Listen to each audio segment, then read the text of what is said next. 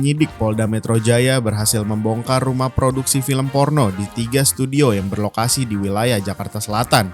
Produksi film tersebut diperankan oleh artis, selebgram, bahkan foto model. Produksi film porno ini telah beroperasi sejak 2022.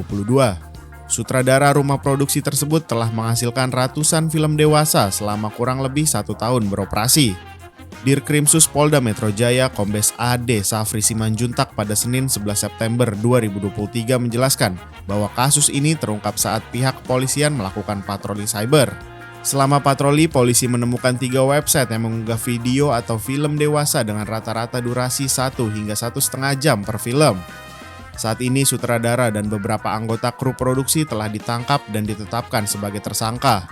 Polisi juga sedang melakukan pengejaran terhadap puluhan pemeran film dewasa yang terlibat.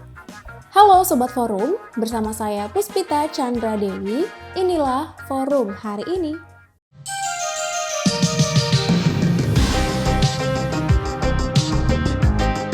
Sebelum kita masuk ke beritanya, jangan lupa like, subscribe, komen, dan nyalakan loncengnya.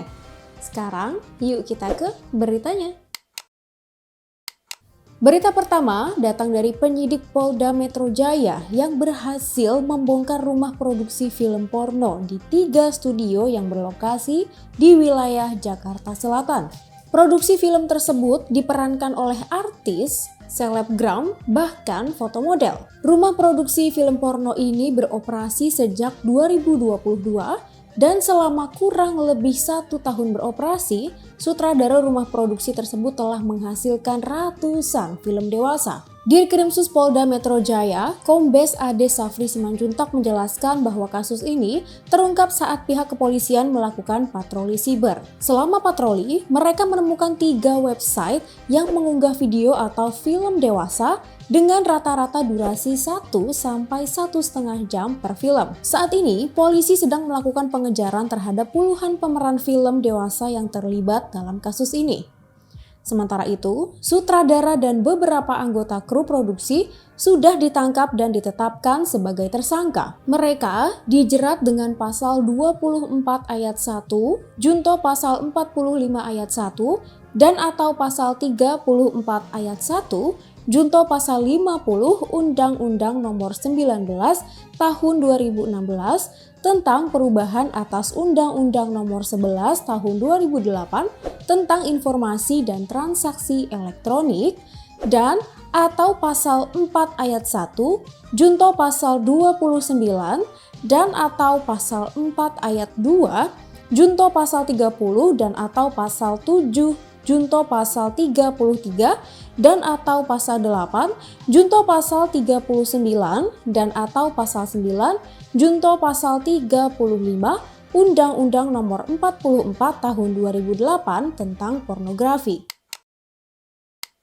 Berita berikutnya, Wakil Ketua Umum PAN, Viva Yoga Mauladi mengatakan calon Wakil Presiden Prabowo Subianto akan diumumkan sebelum 10 Oktober 2023. Viva menyatakan bahwa PAN tidak memiliki masalah terkait rencana percepatan waktu pendaftaran calon presiden, calon wakil presiden ke KPU menjadi 10 Oktober dari sebelumnya 19 Oktober 2023. Viva juga menyebut cawapres yang akan diusung oleh Koalisi Indonesia Maju akan diumumkan dan diputuskan oleh Prabowo sendiri. Sebelumnya, Wakil Ketua Umum Partai Gerindra, Habibur Rahman, memberikan kode tentang kapan Prabowo Subianto akan mengumumkan bakal cawapresnya untuk Pilpres 2024. Ia mengatakan bahwa Prabowo sedang melakukan komunikasi intensif dengan para pimpinan partai politik pendukung Koalisi Indonesia Maju.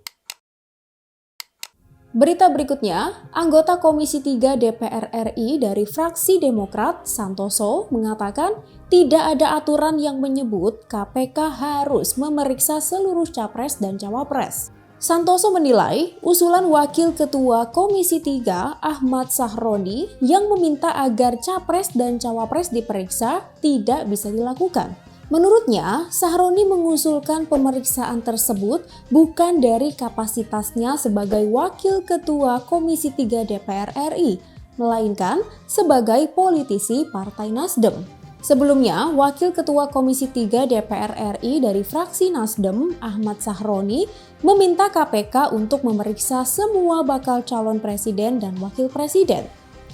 Ia mengatakan pemeriksaan tersebut guna menjaga kredibilitas KPK dan persepsi publik.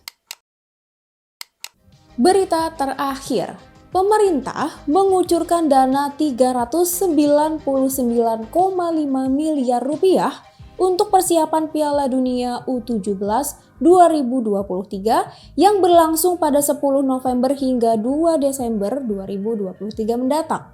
Menpora Dito Aryo Tejo dan Ketua Umum PSSI Erick Thohir sudah menandatangani nota kesepakatan di kantor Kemenpora pada Selasa 12 September 2023. Dito mengungkapkan penandatanganan kerjasama Kemenpora dengan PSSI merupakan wujud kehadiran pemerintah dan negara untuk mendukung Piala Dunia U17 dan persiapan Timnas U17.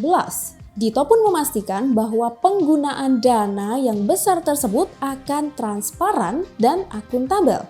Dito berharap dana tersebut bisa dimanfaatkan oleh Timnas U17 untuk berprestasi di event internasional. Erick Thohir pun juga berjanji akan transparan dalam mengelola dana dari pemerintah tersebut.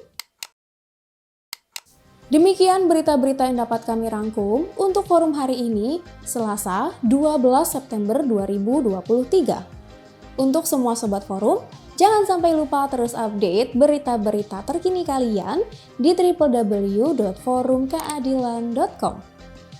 Saya Puspita Chandra Dewi, sampai jumpa.